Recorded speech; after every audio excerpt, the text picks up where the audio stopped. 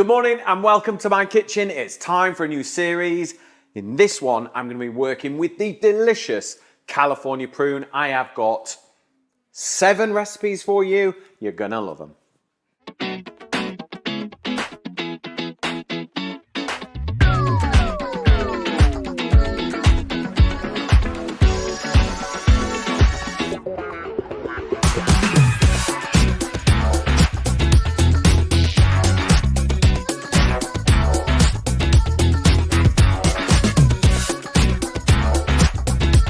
Okay, first recipe. Now, this is a delicious one.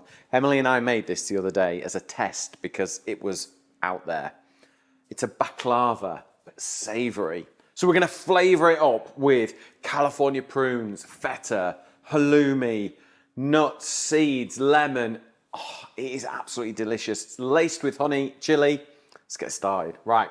So, first thing we need to do, we need to get our spring onions. So a little bit of savouriness in flavour. This is our new favourite dish, is it not, Emily? It is. It is. We're a little bit addicted to this. We ate the last one. Emily took a lovely photograph for you, and then we ate it. So it's tried and tested, all right? So, I'm using spring onions because they're slightly milder, or green onions. Or scallions, depending on where you're from, okay? So let's just chop them through. Now, I've been working with California prunes for 7 or 8 years now, I think, and I've developed recipes with them. Just get in the kitchen and create amazing combinations of flavors using the delicious prune. Did you realize it's actually just a plum that's dried? A delicious sweet plums that dry beautifully, and they're super good for you. Emily knows loads about California prunes, don't you? I do. You know all the good nutritional stuff. Go on, give us it. Full of manganese. Yeah. Good for fibre. Yeah. You need one of the 26-gram packets a day. Oh, I don't know. Good to have as a snack though. We like them as wine gums, don't we? Yeah, they're like. Wine gums aren't the healthy wine gums. Yeah, because they're dried, they're sweet, they've got that kind of wine gum texture. Yeah. They're not what you think. Honestly, have a look for them because they are delicious. And if I can't get a California prune in a recipe, nobody can. Right, so we've got our spring onions in there. Okay, now walnuts. We've got walnuts, we've got pecans, we've got hazelnuts, we've got pistachios in here. So this is going to give us a really lovely crunch and texture. Oh, we've got almonds in there as well. So get one of those sort of mixed bags. Give that a mix through. Then we're going to grab a grater and then let's grate the halloumi in. So this gives it a really nice sort of texture, a bit of bite, slightly salty. And this is going to work beautifully in contrast to the California prunes, which are sweet and rich and delicious. Okay, so we'll grate that down. Now remember, if you've got any questions at all, post them in the comments. Right, that is the halloumi grated in there. That's going to give us a really lovely texture. Now, California prune time, okay? So, our lovely little prunes, or dried plums, don't forget. So super good for you, loads of fibre. Now, California prunes are really rich in fibre, which I think most people know, but what they don't realise is all the other ingredients that you eat throughout the day and all the good stuff that you think, oh, I'm eating that, that's really good for me. Unless the fibre content is high and rich in your diet, you're not going to absorb all that good stuff. So it's kind of like, it's the oil to your engine that makes everything work better. So remember to try and get as much fibre in, and it's just dead easy. Either just eat a few of these or cook with these or just work them into your regular diet, really. And it will all help. It's an easy switch, I think, really. There's a really nice sweetness to this recipe, doesn't it? Yeah. It's just such a nice combination of sweet and salty and crunchy, and it's good. I'm not sure what the Greeks are going to make of what I've done to their baklava, but inspired by. So in with our California prunes, okay. So lemon zest for a little bit of fragrance. So it's kind of trying to get the balance right now, okay. So in with our zest, and then in with the juice as well. So slice your lemon in half, Squeeze it into your hand. Catch the pips if you can. There we go. And that acidity is just going to really help with the balance of this.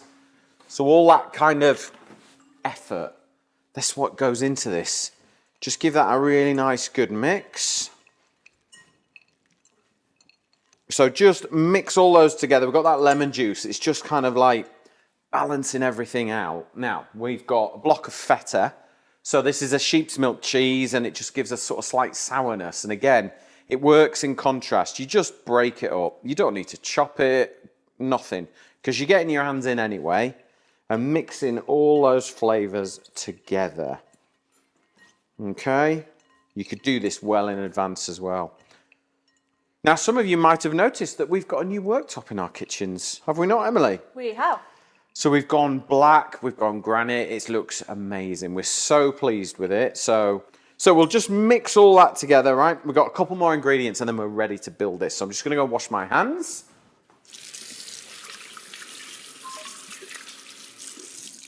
Right, okay. Couple more ingredients. Pumpkin seeds. Again, this is going to give us a really nice crunch. Good nutritional hit. As many seeds as you can. And then I've got a few sesame seeds as well. Put half in now, and the other half we'll use to top it, okay? Right, that is ready now to make our baklava. So put that to one side. Now we've got a tin. So we're going to use this enamel tin. And then we've got our phyllo pastry. Do not open your phyllo pastry until you're ready to go, because it will dry out really, really quick. And it'll go really crispy and brittle. We met over phyllo pastry, didn't we, Emily? We did. We did indeed. On Britain's Best Bakery. It's many years ago. Right. Okay, so what we need to do is work out the size of our tin. So if this is folded in half, this pastry at the moment, so I can see that I've got an extra bit there. So if I just trim that, if I trim that away there, don't need that. And now I've got my pastry pretty much ready to go. So this is how you build a baklava, okay? So I'm going to use butter here. You could use a plant-based butter or olive oil if you want to. That is not a problem. Up the sides as well. If you don't use an oil, it kind of just goes really, really brittle. So it's important to use something, okay? So take one sheet and lay that in. And then just a little bit of butter. You don't need it to be absolutely perfectly coated like you're painting a wall. Just slop it about a bit and make sure there's some between each layer. We're going to do 3 layers, fill in, 3 layers, fill in, 3 layers, okay? So, little bit of butter on there. Okay, and then just tiny little splodge of butter there.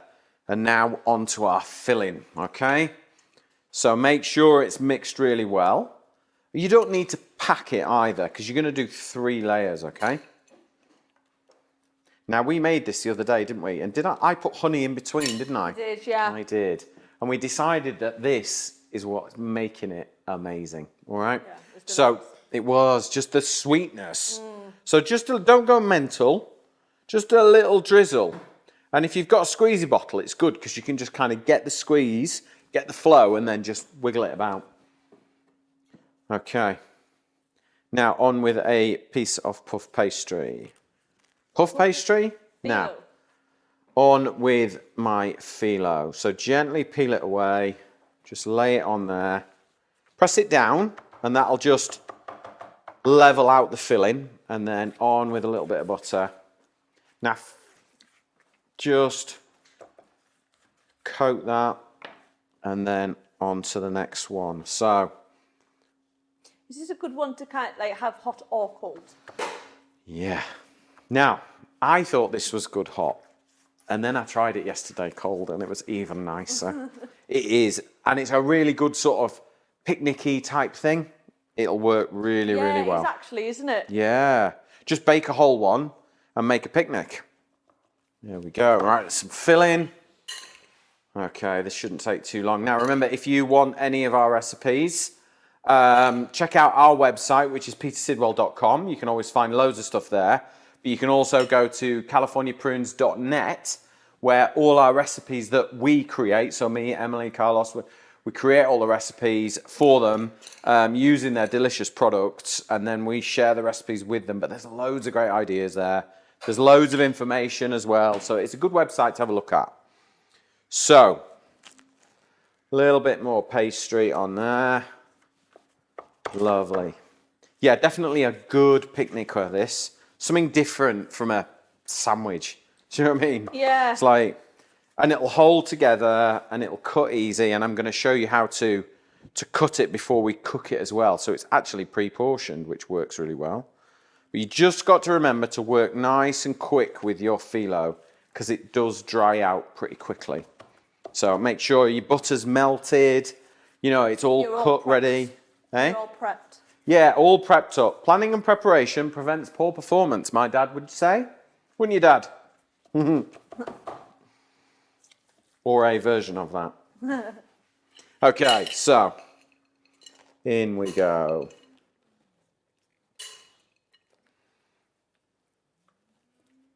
I suppose you could even make this as like, if you lined a tin with like phyllo pastry, kind of make it as a pie as well.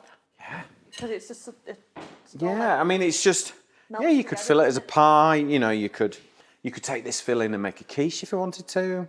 Whatever takes your fancy, really. I just wanted to make something. I hadn't made a baklava for a long, long time, and I just thought it's kind of finding those medium recipes, those mediums, like a recipe concept, and then how can you play with it and make the flavors amazing. So, you know, it's not a baklava, but it's inspired by it. So yeah, right, almost there. Right, last piece. So each layer has 3 layers of pastry to give it real stability or rigidity. That's a word, isn't it? Is that a word? Yeah. Rigidity, rigid. Rigidity. Gives it, you know, because phyllo pastry has a habit of just being so brittle, and it needs to support the layers, which is why we've done 3 sheets between each one. Okay, so that last bit of butter on the top there, and that's going to stop it from drying out. Now, if you were going to make this in advance, here's where you kind of leave it at, and it will freeze like this. It will sit in the fridge overnight if you want to get ready for tomorrow. What we're going to do now is we're going to cut it, okay? So by cutting it, it allows the sort of flavours to drip through and everything. So, am I all right to cut it here, Emily? Yeah, of course. So I'm going to go corner to corner, like this. This is why it's kind of good for picnics, because it's pre-portioned and ready to go. And then another cut down there. You could cut it into normal squares if you wanted to.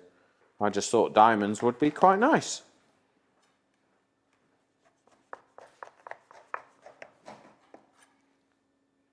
Okay. So we're cut that way. And now I'm going to cut the opposite direction. So cut through. It's a little trickier on the second row, but you get there. Just take your time.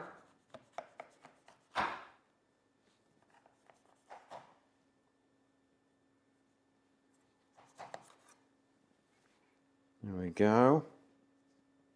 And then one more cut here.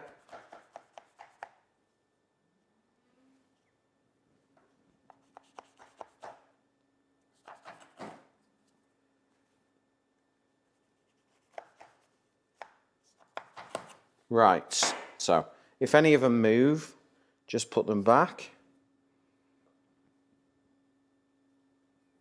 Okay, right, so we're almost there now. Few chili flakes, just to give it a bit of warmth. Totally optional. If you don't like chili, don't put it on, but if you do, go for it. It's probably dried chili flakes works better. I wouldn't put chili powder on it. It'll just make everything really, really hot. And then you want some honey on the top. And this is what will melt and kind of drizzle through all those cuts that you've made and kind of make it really, really nice. It's that it's that battle between sweet and salty and sour. It's going to work really, really well. And then sesame seeds on top. Because let's face it, Greeks love a bit of sesame. They absolutely love it. So into an oven. This is going to go in for 170 degrees C, and it's probably going to take about 40 to 45 minutes, okay? Right, okay, it's time for another recipe. This is a miso glazed sweet potato. Absolutely delicious. We're going to serve it up with some garlic yogurt. The prunes are going to be lovely and sweet and contrasting with the sweet potato. It's a good one, this one. Right, so sweet potatoes. What we're going to do is I've peeled them already, okay? And then we're going to cut them into like 2 centimetre thick slices. So they're going to take a certain amount of time to cook, and that's going to allow the miso and the maple syrup to reduce and glaze at the same time as the cooking. So obviously, the thinner you cut them, the quicker they will cook. But the key is caramelizing the miso and the maple syrup, okay? So, slice these potatoes up. I don't want the ends because they won't cook as evenly as the rest, all right? Could you use normal potatoes? You could, but the kind of sweetness works really, really well. It's almost a little bit like miso is quite savoury. Yeah. So it's that kind of sweet savoury combo going on again. So, Pip has heard. Do you want to come say hello, Pip? You like a sweet potato, don't you? Are you ready? Sit. There you go. Off you go. Right, I'll just wash my hands. Okay, so non-stick pan on the heat. Okay, so let's get a little bit of oil. And we will oil our sweet potatoes up, yeah? Don't oil the pan, oil the potato. And then we want a little bit of salt on our potatoes, and that will help draw the moisture out. Okay, and just kind of roll them around a little bit. You could do these in the oven if you wanted to, but you don't quite get the same caramelization. Okay, so in the pan they go. Good non-stick pan you want as well, yeah? Okay, so fill your pan with all the best ones. Here we go. I'll just move these out the way for the minute.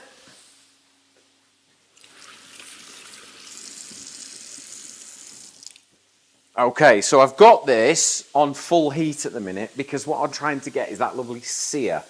Okay, it's all about cooking the sweet potatoes and caramelizing them at the same time and then adding in, look at these beautiful little prunes, yeah?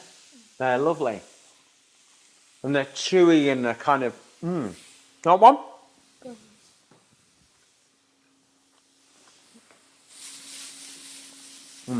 Really delicious.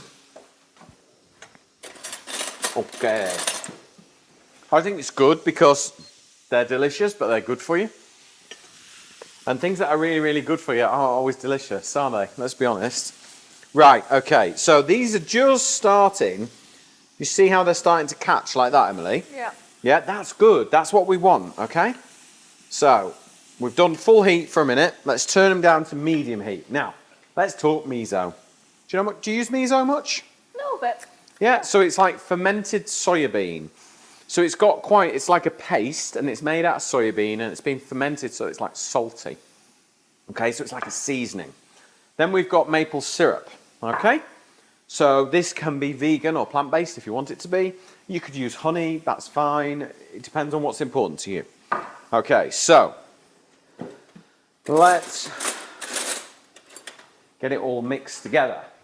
It's quite important that you mix it out of the pan, because if you just chucked in the miso in there and then the maple syrup and then the water, it's all going to sort of catch and it's not going to melt together. So we've got a tablespoon of miso paste, okay, into our bowl. And then we've got our maple syrup, 2 tablespoons of that. So we're trying to get that kind of sweet and salty combination. Now, if you can't get miso, use soy sauce. That would work, but I would go for the dark soy sauce. And then we've got about 50 mils of water. And what that's going to do is dilute this down so that it doesn't caramelize too quick. Because if you just poured maple syrup in there, it's going to boil, it's going to catch, it's going to burn. Okay? We've got to cook these potatoes while this sauce is reducing to create like a delicious glaze. Okay?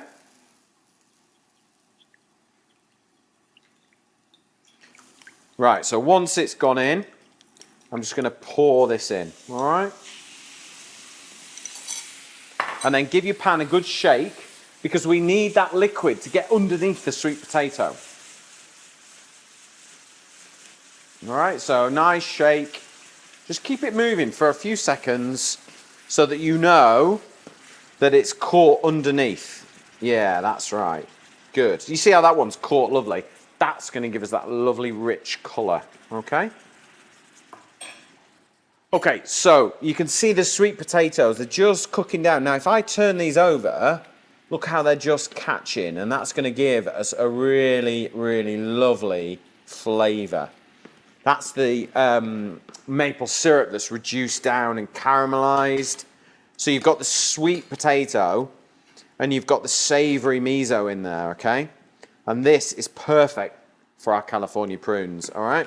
So turn them over, and then just make a nice gap. They should be about halfway cooked, okay? And then we will just swap them. So I've got one that I made earlier here, so I'm just gonna swap those over. And you can just see, again, how these have cooked down and they're all beautifully caramelized, okay? It's kind of what you want them to be, a little bit darker than you might think you want them, all right? So flip them over and then just make that gap there, right? So I'm going to add a little bit of water just to lift off those lovely bits of caramelization. That's called deglazing. And then we're going to take our prunes and use them whole. Don't waste your time chopping them, because when you take a bite full of that sweet potato and then you get the sweet, dense richness from the California prune, it's going to make it amazing, all right? So you want different forkfuls. So just pop them, make sure they're one level, don't put them in a big pile, nice and flat, everything's sitting in those lovely juices from the miso, from the maple syrup. The prunes are now just drinking that sort of flavour up and combining really, really nicely. Okay, so I kind of thought like a really nice contrast would be just some simple garlic yogurt, okay? Nice and simple, nothing like crazy. If I could find the actual lid, open it, there we go, we're in. Okay. Is there any specific yogurt you should use? I think a really nice thick Greek yogurt is delicious, but if you want it to be plant-based, then use a coconut yogurt, because I think it's sort of thicker and richer and it's got that lovely white sort of colour to it. And this is just a simple, good quality, nice yogurt. And the sourness of the yogurt is going to work so well with, you know, the sweetness of the prunes and the potatoes. And then you've got that kind of savouriness from the sauce that they're cooking in, okay? Now, these are almost done. All we're going to do is we're just going to add a little bit of butter in there. So a tablespoon. And that'll just kind of help sort of combine and bring all the sauce together, really. Okay, so we've got our yogurt on there. Now, to make this nice and easy and simple, I've got a clove of garlic, because I always think sometimes when you make garlic yogurt, you end up with a big tub of it and you never use it all. You might want that for your breakfast. So just a few little bits of raw garlic, just grated on there, will be enough. That's it. Because particularly when you're doing it raw, it gets stronger and stronger. So you literally need a tiny amount and then just stir it around. And then you're not wasting loads of yogurt and trying to find a use for garlic yogurt, okay? And then we're just going to take some mixed seeds and sprinkle those on, because they're just going to add loads of good and richness and more nutritional value, which is always good. And then just take your sweet potato out of the pan and the California prunes and just place them, all right?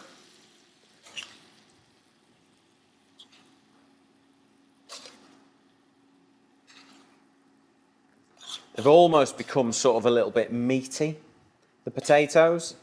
And then you've got those lovely little nuggets of California prunes that go with it, all right? There we go, right. Just pop that on there. And then a few sesame seeds. I quite like to just save the sesame seeds for the end because they just kind of highlight it really, really nicely. Okay, and there you go. That is how you make the most delicious miso glazed sweet potatoes with California prunes and garlic yogurt. Right, baklava is cooked. Have a little look at that. Doesn't that look good? You see that all right, Emily? Yeah. Good. Quite excited about this because it means we get to eat it again. So you can see, because we spent the time doing the diamond crisscrossing, all the flavours are marrying up together, okay? And it's gone super crispy because we've brushed each layer with some butter to make it lovely and crisp. Now this will cool down, take it on a picnic, eat it warm if you like. I'm going to have a little taste right now. But what you get is, if I go in, I'll show you. Which camera would you like me to show you, Emily? Just lift it up ever so slightly because we're getting a good angle from every. Oh yeah. There we go. Look at that. Nice. Yeah. Now I have a top tip that I shared with Emily yesterday. Okay, if you want to eat this warm, anyway, I'm going to give it a fine little drizzle of honey because it'll give it a lovely little glisten, but tiny, like get just a really gentle flow, all right, like that. Don't dredge it. If you're going to eat it like that with your hands, turn it over the other way, and then you've got a really crisp base to be able to tuck in.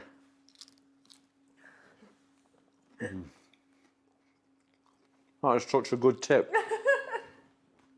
And the only reason why I know that is because I tried to eat it the other way the other day when I tested it. But it's absolutely delicious.